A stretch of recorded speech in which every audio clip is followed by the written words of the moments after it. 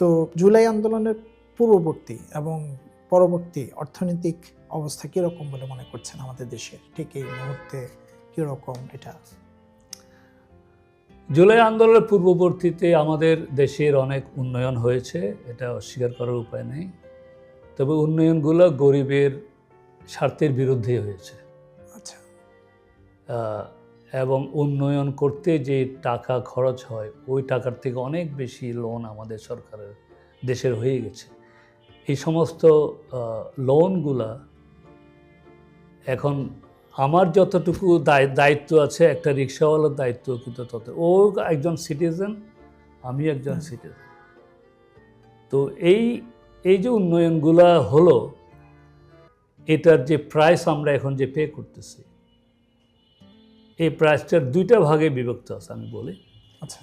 এই উন্নয়নগুলা হওয়ার জন্য আমরা যে সরকার যে লোনগুলো নিয়েছে, প্লাস সরকারের যে ব্যাংকিং সেক্টরে যে টাকার অভাবটা ছিল, গত সরকার টাকা ছাপিয়ে এগুলো কভার করেছে। তো এটা একটা ইকোনমিক্স, যারা ইকোনমিক্সের ছেলে ওরা বুঝবে। তাহলে টাকা ছাপালে হয় কি, টাকা ছাপালে জিনিসপত্রের দাম বেড়ে যায়, মুদ্রাস্ফীতি হয়। তো মুদ্রাস্ফীতি হলে সাফার করে কে?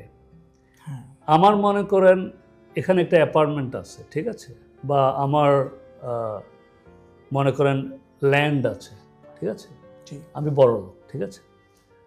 তাহলে মুদ্রাস্ফীতি হলে কিন্তু এটা আমার বেনিফিট, কিন্তু আমার ল্যান্ডের দাম বেড়ে গেল, ঠিক আছে।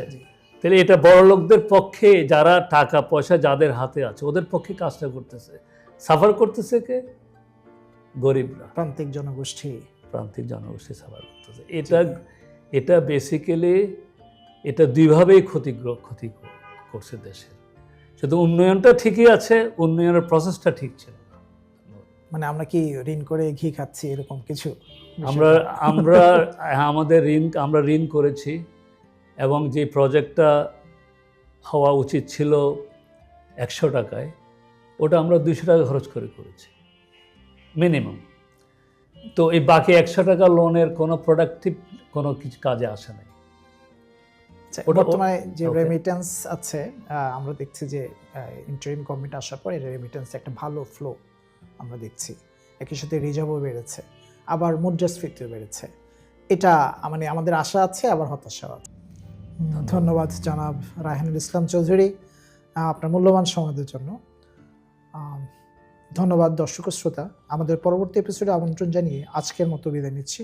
আল্লাহ হাফেজ, সবাই ভালো থাকবেন। আসসালামু আলাইকুম।